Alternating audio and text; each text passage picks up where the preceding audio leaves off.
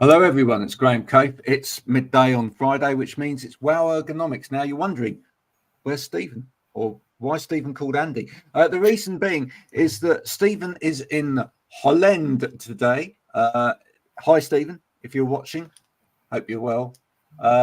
He landed into Schiphol airport yesterday, and I'm expecting something nice. Maybe some clogs, or maybe some skills. I don't know. Either will do, my friend, on your way back. Andy, thanks for joining us and keeping the hot seat warm, as it were. And it has been incredibly hot as of this week, hasn't it?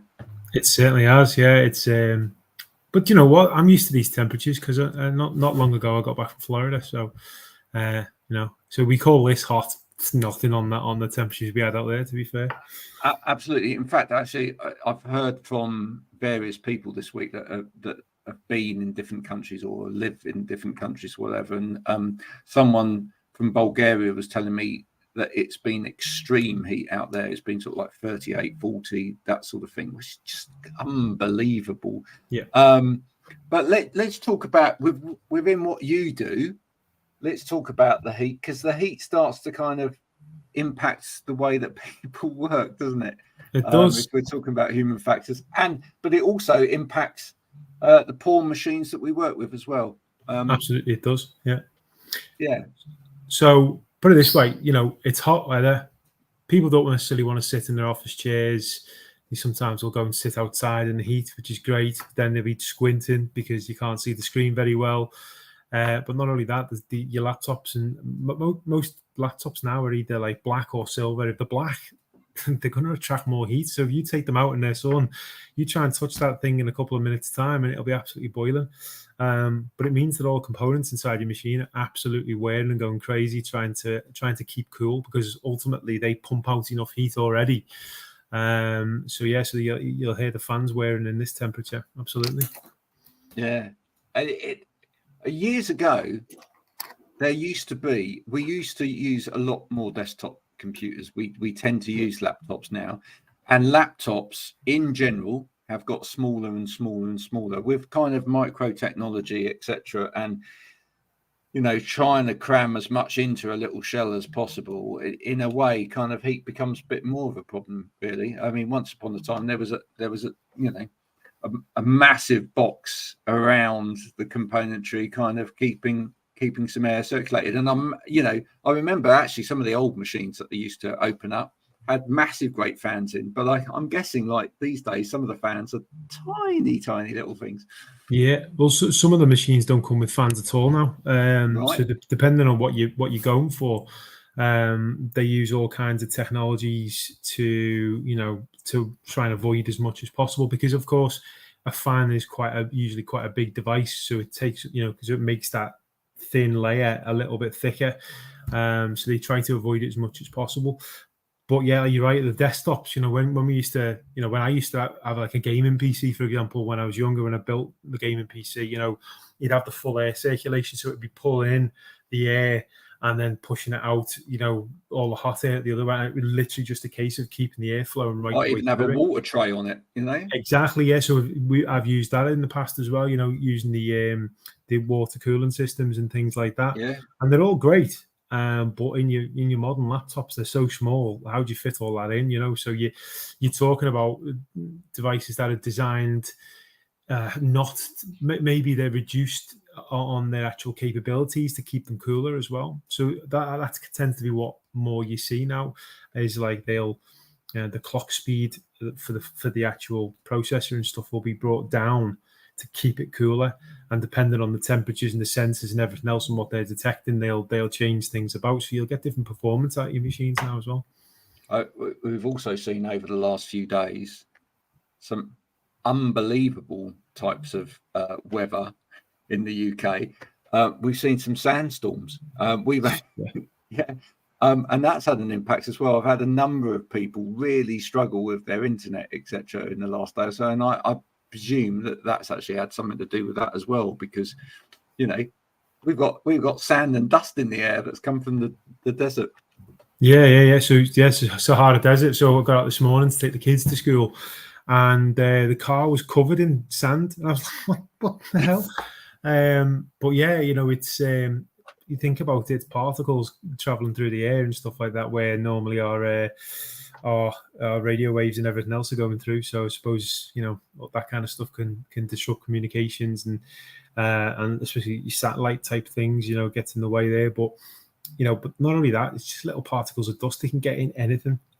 So clean your devices, blow some air through them and stuff like that. Yeah. So yeah, folks, if you're thinking about going outside to use your laptop, just maybe think twice at the moment, especially if there is kind of dust particles in the air, etc., because it ain't gonna sit well with a laptop device. But also as a real sort of health warning as well. Actually, if you do suffer with asthma, you really shouldn't be sitting outside when the dust and sand is around at the moment. It is actually weather warnings around that. Arif, thanks for joining us. Yes, good. I'm glad you agree. I'm not sure what you're agreeing with. I was going to say, what was it he was actually agreeing with? It could have been any of them points. I love it when people just say comments like that. Yes, without giving any kind of context to it. But it's wonderful. You've been on before, and thanks for coming on again. One of the things that obviously we talk a lot about on this program is how to work safely with any kind of equipment, and we're talking there about heat and actually looking after the equipment itself so that you can actually it does actually work. But still, we see so many people working with computers and laptops, etc., who are not thinking at all about how they are set up before they start using it. It's a massive problem, isn't it? It is, because you look now, we're in a world now where people want to work from home a lot more, for example. But I'll be honest, I'm working from home today and I'm on the kitchen table with a hardback chair, and this is not really the ideal environment for doing a podcast. It's not the ideal environment for doing work, but we're kind of sacrificing a couple of things to be able to work from home, because actually it's a little bit better. My car's actually in for service at the moment, which is why I'm not in the office, realistically. And not only that, but also my missus has got a bad back at the moment as well. But all these kind of things are attributed, if you think about them, they're a bit of a vicious circle, because having a bad back is often caused by not having the right equipment, the right, sitting at the right angle. And there's me now adjusting myself to make sure I'm sitting up straight a little bit. Always happens. Absolutely, yeah. Because it's not until you think about it and you go, oh yeah, and you pull your shoulders back and sit up a little bit more. But your kitchen chairs don't have that support that you actually need, the lumbar support and everything else. Plus, working on a laptop as well, most people are sort of looking down, or they're not sat at the right height. It's the way it's meant to be, is your eyes are meant to be level with the top of the screen.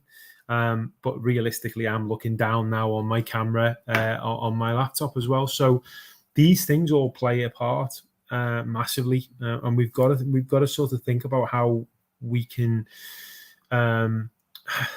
protect ourselves a little bit more when we are going to work from home. It's absolutely fine. People want to work from home. It's not a problem, but we just need to make sure that we're... Siri doesn't understand, by the way. He just kicked in there to tell me. So if Siri doesn't know how to be ergonomic and work at home properly, then how the hell are the rest of us meant to do it?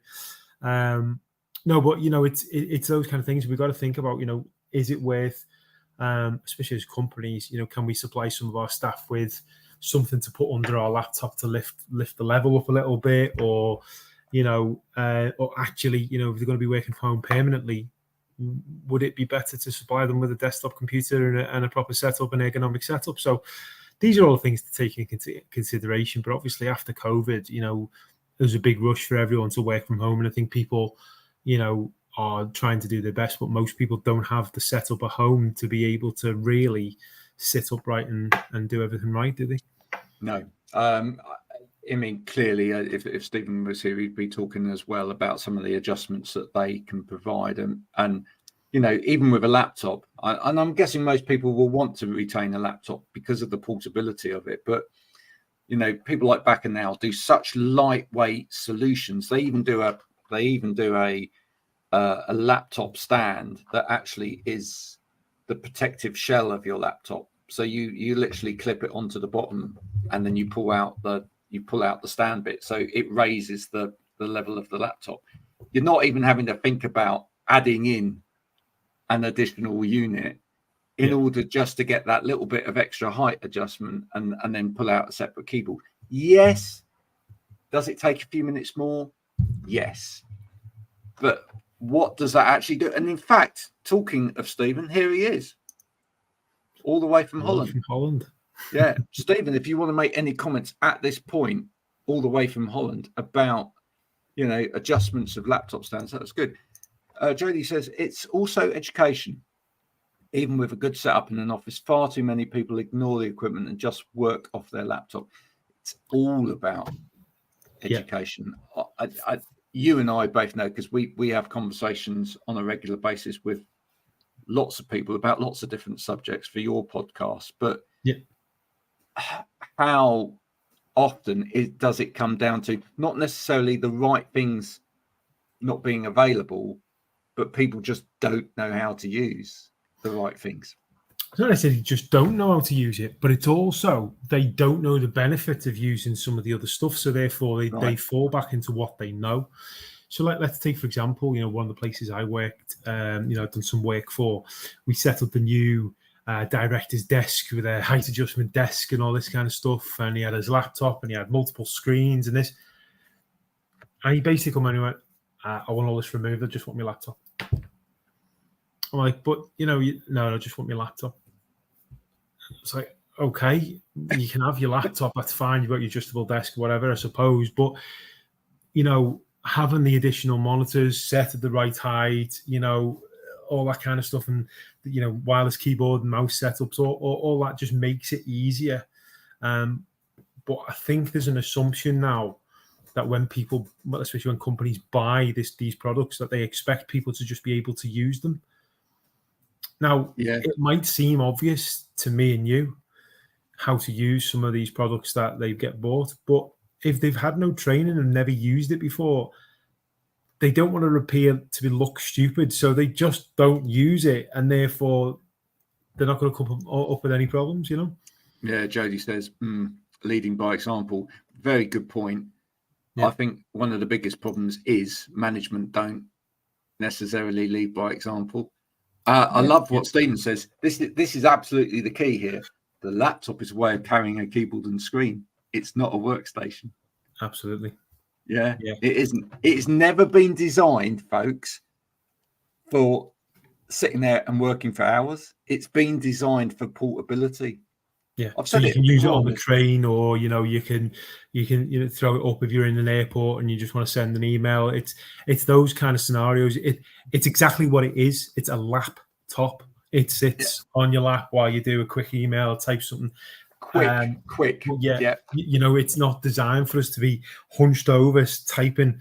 If you imagine now using a laptop all day and you had it on your lap all day typing messages, you're going to be hunched over. So your shoulders are going to be in pain. Your neck's going to be arched over and stuff like that. It's not going to be productive, is it? Yeah. Andrew says, I miss the additional screens in the comfy seat. I miss dearly when working from home. You know what? There's a very simple answer to that, Andrew. Get them at home. Yeah. They're not that expensive. They genuinely aren't that expensive to get. A decent chair that is designed to support you. Heavy duty ones with the lumbar support, with the neck support. They're not actually that expensive, and especially with the guy we had on a few weeks ago. I think he was on the same time as me, and they custom built those chairs, to your size and everything else. People are expecting these things to be too expensive and out of their range, but how expensive is it going to be to you when you've got a herniated disc and can't move? I'm going to bring in your real life example at the moment, right? Yeah. You're missing out on going to London. Yeah, this weekend because your wife's in pain with a back condition, right? I'm really sorry to hear that. Absolutely. But it's a really good example. What is the cost of actually not developing a back condition, not only in terms of your business, but in terms of your life as well. I mean, everything stops. You know, you then can't travel effectively. You're in pain to travel. You have to put various things of your life on hold. If you're looking after children, you can't necessarily get up and look after your children. You might have to organise childcare, etc. The ramifications for anybody of being made physically, stuck because of back condition or musculoskeletal condition is huge, isn't it? It's not just and I think that especially some younger people probably. I mean, I might be, saying the wrong thing here, but some younger people think, well, but I'm fit, I'm healthy, won't it's happen fine. to me. It's never going to happen to me. Yeah, it's going to happen. I was one of them. Yeah. It's going to happen, right? And the thing is, it's probably going to happen. Been speaking to some ergonomists lately. It's probably going to happen to you younger than it used to. Yes, without a doubt. So, back injuries and stuff like that can be caused by a million different things. Let's be honest. We're not going to blame just how you sit in a work environment, but what you've got to look at is where do you spend the majority of our time? It's either in bed or it's in work.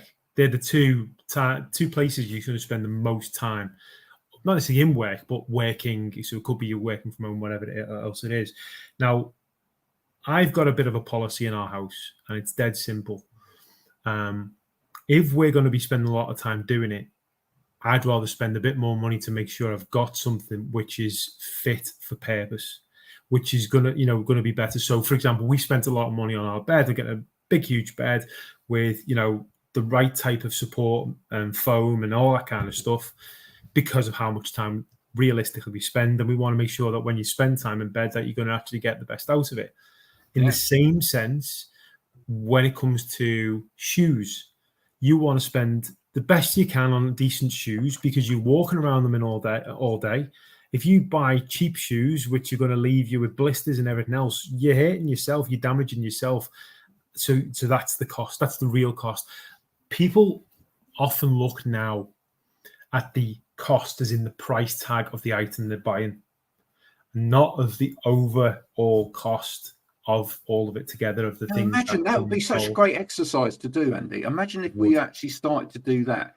If we actually started to do like a time and motion study of all of the different things that we actually do in the day, and actually go, right, in terms of what I'm then spending my money on, right, especially in kind of physical things that you buy, what value in terms of time do I get out of that, having spent the money on it?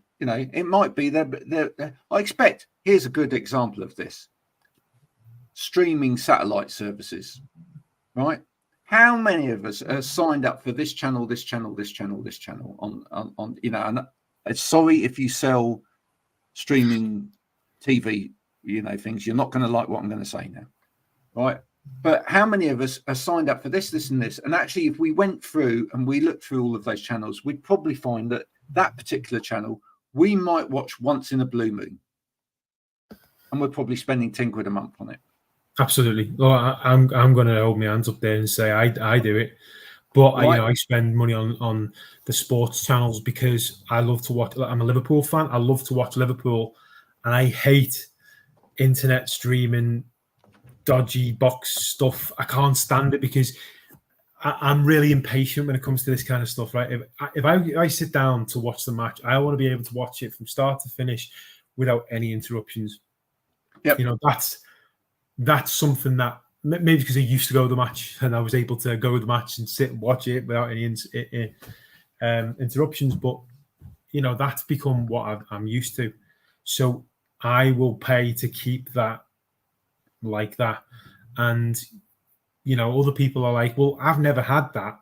So I'm happy to just watch them and keep swapping around the different streams to be able to get whatever. That's what they're used to. And we've all got our own sort of minimum requirements with these things, haven't we? But you're absolutely right overall. When you look at the services that we pay for, how much do we actually use them? It's a really, really small amount. Yeah, we can only watch one thing at a time, very definitely. And cost versus price. That's exactly what we're talking about. Yeah. We've done the exercise recently, and it was like at the end of it, I think we saved about £25 a month. And we just did a house vote on it, and we said, are we really using this? Are we really using all of this? No, we're not, etc. Now, if you can go through your household budget, say you only save like 10, 15 quid a month or whatever, right? It's still £120 a year, right? It is. But if you put that £120 into buying a decent laptop stand or laptop kit or whatever, now think how long you're going to sit at your laptop every day to work, right? There you go. That job's done, right? You've got that kit. You're going to sit better every single day of your life. And you might be at that for 8 hours a day. Yeah. No, you're absolutely right. You know, I used to have my office at home, so I had the front room as my office. So I had somewhere dedicated that I could actually go and put the laptop, you know, connect it all up to the screens, and away I went. And actually, the crazy thing is, since we moved out and got the office in town and stuff, and that room became a daughter's bedroom, what I've really lost. I've lost a lot in a way that I didn't expect to lose. And it's that place to just go when I needed to get something quick done. You know, I could just go and sit in there, get it done, and it's out the way. Or even just that place to go and sit on a spinny chair and read for half an hour. And you lose that kind of thing. But the majority of the stuff in there was dedicated. It was specified. It was at the right height. It was everything else.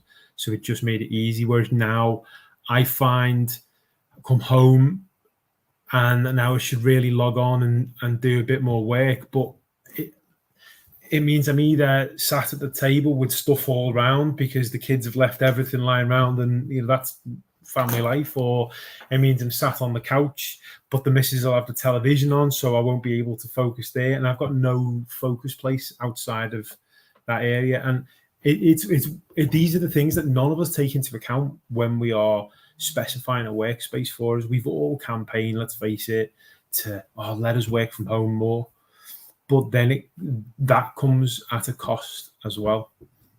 No, it does. Andy, I'm going to take you back in time when you were a youngster. Back to the future. Yeah, Back to the Future. When you were a youngster, at school, etc. Spare time. I bet you, given what you do now, and we'll talk about that in a second, I bet you played a bit of football, etc. And I bet you were out there quite a lot, and for hours maybe you might have kicked a ball against the wall, and or two of you would just practice like passing to each other and all of that sort of thing. These days, a lot of young people will be on devices from a very, very young age. Yeah. And they will spend an inordinate amount of time on that. You do football coaching with grassroots. What changes do you see in those young people, both physically and maybe from sort of a mental health perspective, by them turning up and just putting their phones down for an hour or so and getting out there with their mates and actually spending some time running around? It's massively important, Graham. Look, when I was younger, I actually didn't used to do too much football when I was younger. But I was always out. Like we got a big field behind ours. There was always out exploring. There's a little brook there, and we'd be running alongside it, jumping over it. That's the kind of stuff. We'd be constantly active, and that green spaces and stuff. It helps you to feel positive and feel great. But you're right. Like so many youngsters now don't have that, and they sit at home on the phones, on the devices, and it's And now as well, don't forget, schools are now asking them to do homework on the devices, whereas previously it was paper-based. Now, you mightn't think that there's anything wrong with that, but when you think about screen, the brightness of the screens, blue light and all that kind of stuff, and how it affects your sleep, we're actually causing more and more problems by that. So we need to get the kids back out there and doing activities and stuff. With the grassroots football, I got involved in it just because my lad wanted to play football. I took him, and I quite quickly became a manager of a team because the guy who run the thing, he kind of said, like, I knew you were going to become a manager because you always used to ask certain questions, and you'd always be asking to see how you can improve and what you can work on and all that kind of stuff. But you took an interest.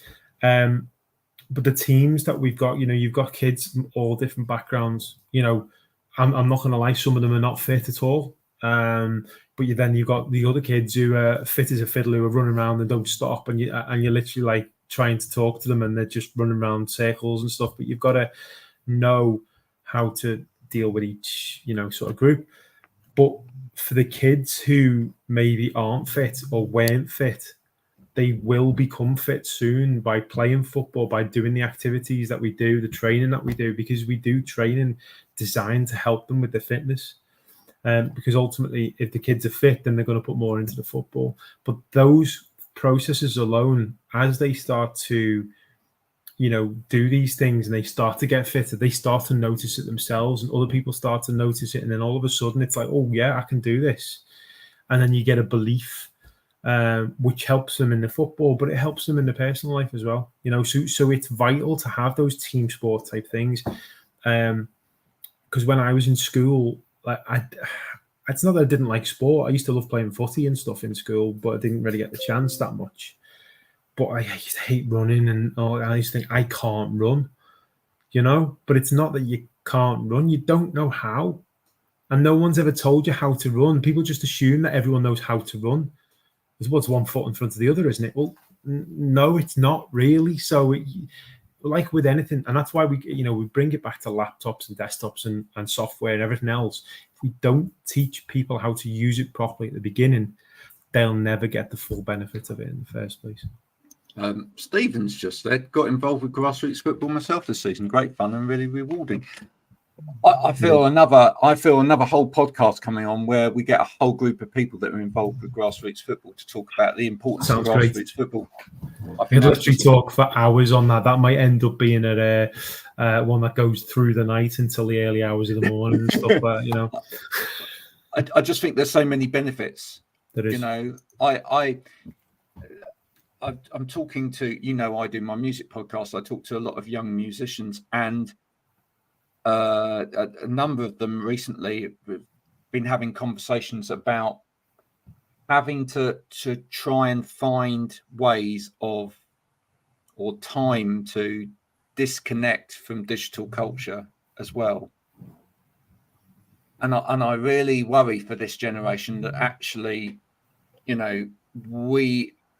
we help them find ways to disconnect every now and again, because I think you end up feeling that your life isn't worth anything unless you're connected, unless you're on.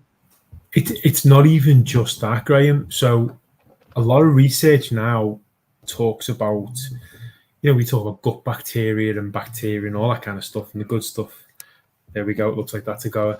But what new research is sort of suggesting is that we need to be out there in nature to really get the benefit. It's like the bacteria, it's like it's somehow some kind of super network that makes everything fall into place and makes you feel happy. It's like, obviously that's way above my pay grade. I'm not going to lie, I'm no super scientist and stuff, but reading some of that, it kind of makes things fall into place, because I don't know whether you've ever done it, but you've been for a walk through a forest and you feel, it's weird, you feel chilled out and relaxed, and I don't know, you just take a bit of a pause, you breathe slower, you feel better in those environments.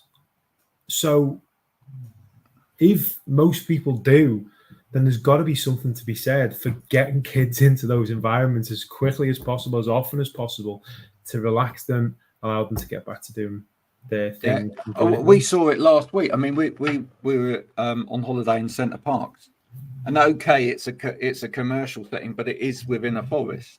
Yeah. And we made the kids poor them, but we made the kids walk from one side to the other rather than catch the land train, and we had the odd Oh, can't we catch the land train? But it was like, no, we're not. We're going to walk. But do you know what? As you walk, and it's funny because I've actually just been doing a podcast this morning with some people that do Nordic walking and teaching Nordic walking. And they're seeing so many rehabilitative effects from that Nordic walking in terms of, helping with health conditions, but also helping with mental health conditions as well.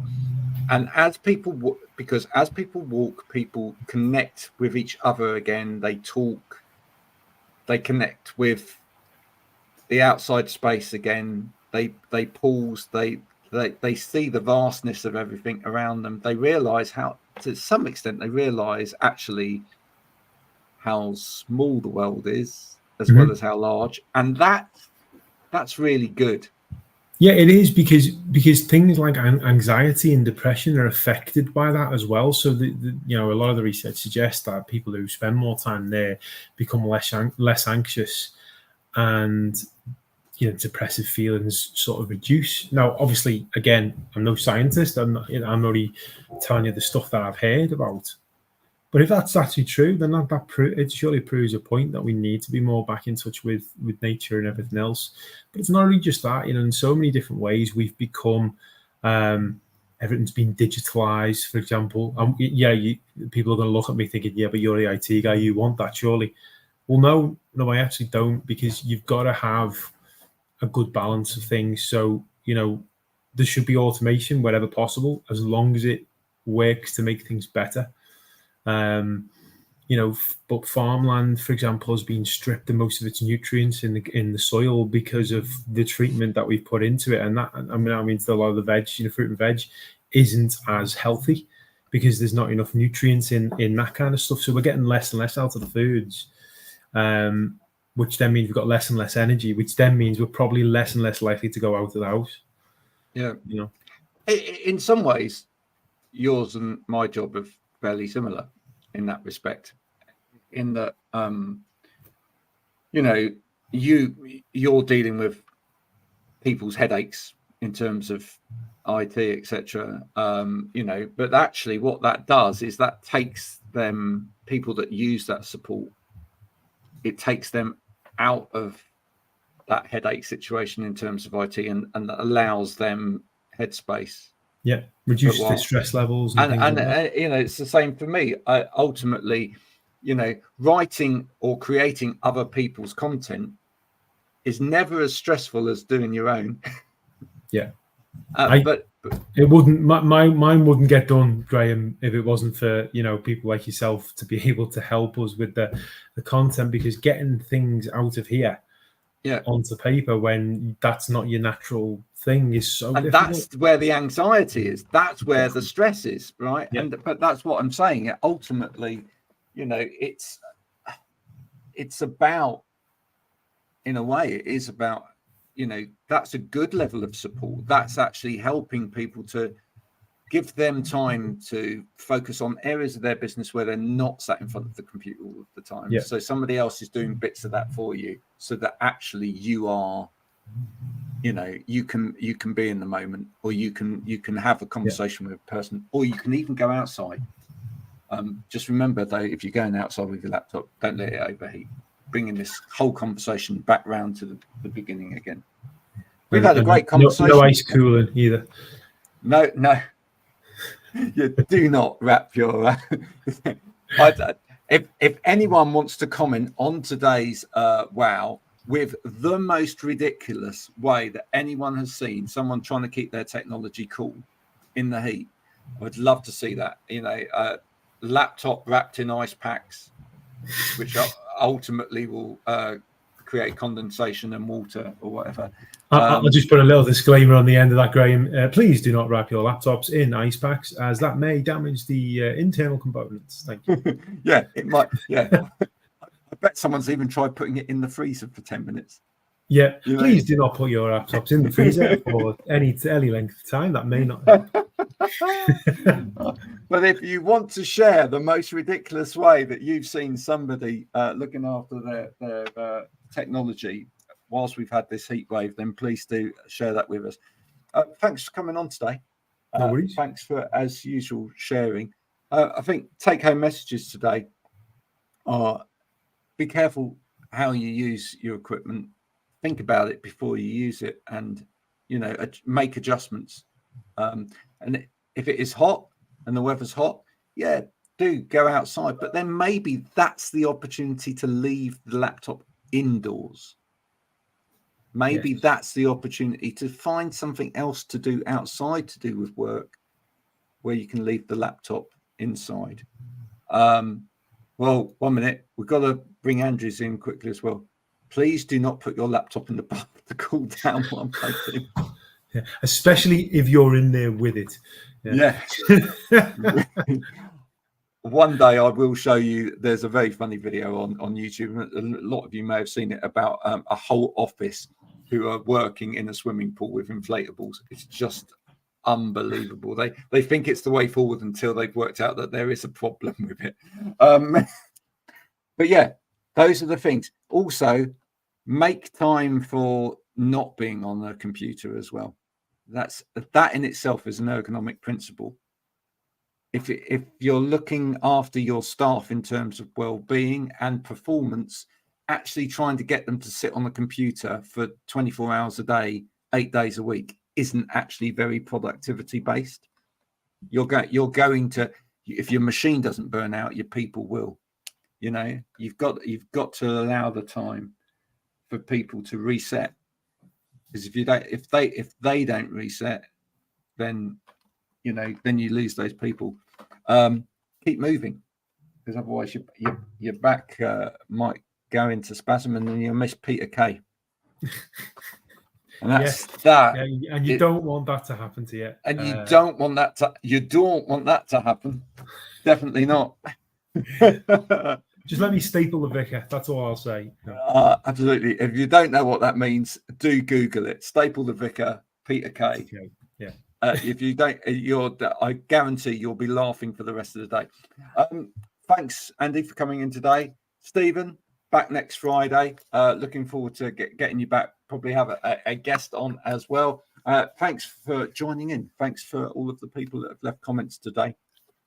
We will be in touch with you on LinkedIn and whatever throughout the week. This has been Wow Ergonomics. Please do, if you like it, share this with other people. Keep the conversation going. You can check previous episodes of this at wowergonomics.com as well. One of the most liked ergonomics podcasts out there in the world. That's an absolute fact. Until next week, have a good week. Look after yourselves. Bye for now. Bye.